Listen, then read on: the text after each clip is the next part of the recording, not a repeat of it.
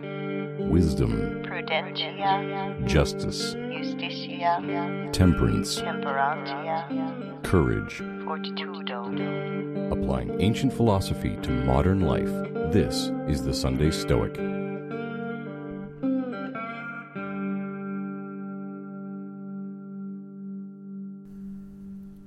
Welcome to the Sunday Stoic podcast. This is Steve coming to you this week from my shed because, well, I'm a dad and my poor son has a stomach virus and he's been ill all day. I've been snuggling with him. And now my wife is trying to get the house cleaned up and it's just kind of a chaotic day and I really need to get this episode recorded. So here we are. So this is what you're going to get. I hope sound quality is just an indifferent in your world. So I had a listener suggest going through Musonius Rufus. I might give that a try. The only translation I have that I believe is still in the public domain is this one here, translated by, what's called the fragments, I think, of Musonius Rufus. I actually don't have the title page here. Translated in 1947 by Lutz. Cora Lutz, and I guess if we find out it's not in the public domain, I'll start up Patreon so we can get support for my legal fees, but I think we'll be okay. So we're going to start with Musonius Rufus, reading number 1, that there is no need of giving many proofs for one problem.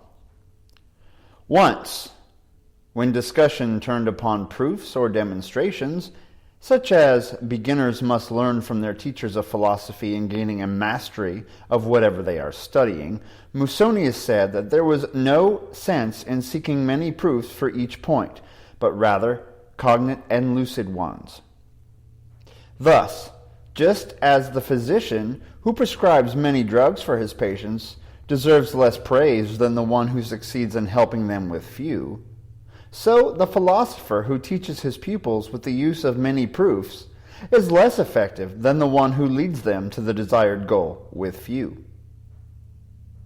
And the pupil too, the quicker his intelligence, the fewer proofs he will require, and the sooner he will assent to the conclusion of the argument in question, provided it be sound.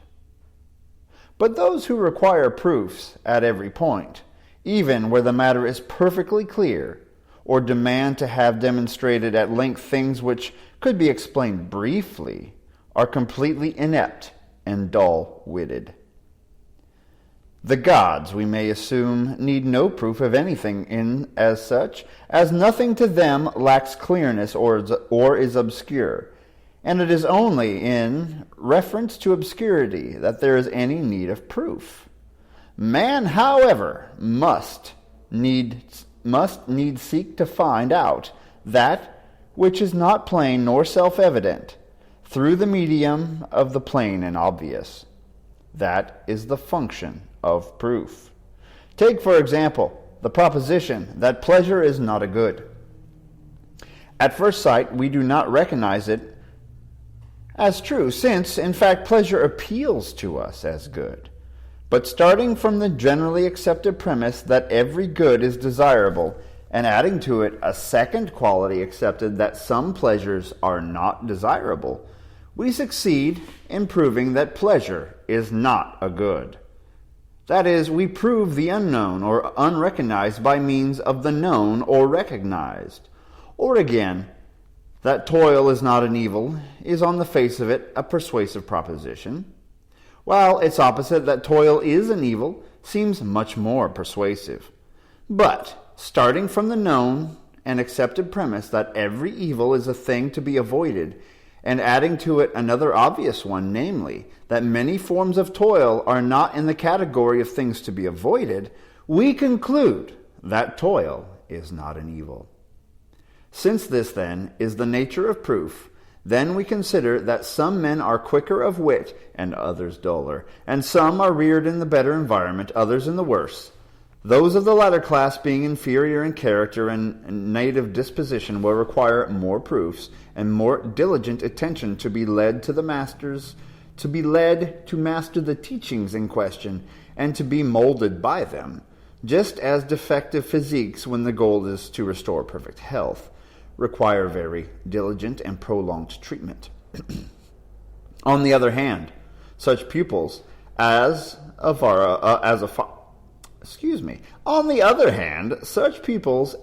of a finer nature and have enjoyed better training will more easily and more quickly, with few proofs, assent to sound reasoning and put it into practice. How true is this that we may recognize it if we chance to know two lads or young men, of whom one has been reared in luxury, his body effeminate, his spirit weakened by soft living, and having besides a dull and torpid disposition, the other reared somewhat in a Spartan manner, unaccustomed to luxury, practiced in self-restraint, and ready to listen to sound reasoning. If then we place these two young men in the position of pupils of a philosopher, arguing that death, toil, poverty, and the like are not evils, or again that life, pleasure, wealth, and the like are not goods, do you imagine that both will give heed to the argument in the same fashion, and that one will be persuaded by it in the same degree as the other? Ha! Far from it. The one reluctantly and slowly and fairly pried loose by 1,000 arguments will perhaps, in the end, give sign of assent. I mean, of course, the dullard. The other, quickly and readily, will accept the argument as cognate and self-relevant to himself, and will not require many proofs nor a fuller treatment. Was not just such a lad that Spartan boy who asked Cleanthes the philosopher if toil was not a good? He made it plain that he was so well endowed by nature and by training for the practice of virtue as to consider toil closer to the nature of good than of evil. In that he asked whether toil was not perchance a good, as if it were conceded that it was not an evil. Thereupon Cleanthes, in surprise and admiration of the boy, replied, "Thou art of noble blood, dear child, so noble the words thou speakest. Can you doubt that such a lad would have been readily persuaded not to fear poverty, nor death, nor any of the things which seem terrible, and again, not to seek after wealth, nor life, nor pleasure?" To come back to the starting point of my discussion, I repeat that it is mistaken zeal for the teacher, if he be a true philosopher, to rehearse a multitude of arguments and proofs to his pupils. He should rather touch upon each one with just measure, seek to penetrate to the very intellect of his learner, and present persuasive arguments, and such as cannot easily be refuted. But most of all, his treatment should consist in showing himself not only as one who utters words which are most helpful, but as one who acts consistently with them. As for the pupil, it is his duty to attend diligently to what is said, and to be on his guard lest he accept unwittingly something false. But of what he accepts as truth, his effort should not be directed toward learning numbers of proofs, far from it, but only such as are plain and lucid. Finally, whatever precepts enjoined upon him he is persuaded are true, these must be followed out in his daily life, for only in this way will philosophy be of profit to anyone, if to sound teaching he adds conduct and harmony with it. Whew, that was quite a reading for a shed reading. Pretty long-winded there, Musonius, but that's okay. So, in this reading, Musonius is perhaps talking to someone like Epictetus, who he taught, someone who was going to teach others. And he's saying, if you are a good teacher, a clear teacher, that you don't need to give someone 7 different proofs of some idea. You need to give them a couple of really clear examples. And on the other hand, if you are a clear and level-headed student, you will get the ideas being taught to you from just a couple of examples, if they are good examples, and if you can think clearly. He's talking a lot here about the Stoic ideas of logic, teaching rhetoric, teaching these ideas of Stoic philosophy we often don't speak about. that to teach well, you need not need many proofs, but one good proof. Okay, well, what's the evidence for that? Well, if you're a good student, you only need a few good proofs. If you're a good teacher, you'll pick very clear and lucid proofs that everyone will accept quickly. So you have to put thought into your teaching. You have to put thought. You have to think about who your students are. Do they need more proofs, or do they only need a couple? He goes on to give examples of the ideas that some things that we think of are evil are actually not an evil, and other things that we think of are good are not necessarily good. And the ideas that different people with different experiences will be easier to persuade, be persuaded by this than others.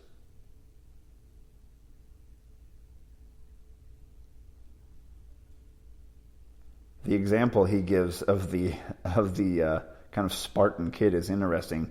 The kid who's basically like, hey, are you saying that isn't hard work a good thing? And he's like, wow, most people would think that's a bad thing. I just say it's an indifferent, but you think it's a good thing. You are a noble kid. Of course, this is some pretty hardcore stoicism here. But we can learn one thing from this, or a couple things from this. One, when we make an argument, to make our arguments clear. The study of logic is important to make clear and concise arguments and statements. We also learn that it's important to speak clearly and simply. We need not have elaborate language that makes our meaning unclear only to those who have a large vocabulary, right? We must be clear. We must speak to our audience. And one thing he talks about in here that is a really important thing that we talk about now when we talk about teaching is that we have to teach from the known to the unknown. And he almost literally says that in this reading. You have to start where your students are. You can't just jump into something they've never heard of and expect them to make sense of it. You have to figure out what they know. Ask them questions. Give them some Socratic dialogue, right? Find out what they know. Give them questions, find out what they know, and start with what they know, then build on that into what they don't know. It's like building a bridge. You have to start on land where there's already land, where there's something they know, and you start your bridge there. You put the foundation there before you go out into the unknown. If you just jump way outside of the realm of their knowledge, you're going to lose them immediately. And you have to do so clearly, concisely, with good examples. And as a student, you have to think clearly. You have to apply yourself. You have to study diligently. You don't want to waste your instructor's time. So, something to think about as you go out into the world and talk about your philosophy to others. Start from the known to the unknown. Find good proofs before you even try. Don't just wing it. Have good, solid knowledge at your disposal, well thought out, before you start in the world of teaching others about anything, especially a life philosophy like Stoicism. Don't be like me. Anyway, I want to thank everyone who wrote in. I will thank you by name soon. I'm on my phone in a shed. I don't have a lot of ability to look things up right now. This was a oh crap episode. I better get this recorded or you'll be episodeless this week. So thanks for listening. You can email me sundaystoic@gmail.com. Let me know what you'd like to hear about. Thank you everyone who did write in with ideas about future episodes. I really do appreciate it. I kind of stink at writing lengthy replies of emails back to people. I get these beautiful large tomes of well thought out and very intelligent listeners, and I often reply with, "That sounds good, thanks." It's not that I don't care. It's just I know myself, and I just am not great at being verbose, but I appreciate everyone who has written in. And by the way, you can rate this show on iTunes. You can rate it now on Spotify and any other platform you listen to. That will help to keep listeners coming in, to keep people listening. And I appreciate that. There's no sense in me doing this if no one's tuning in. So, until next time, think and speak clearly, concisely, with good examples. And don't forget to seize the day. Carpe diem.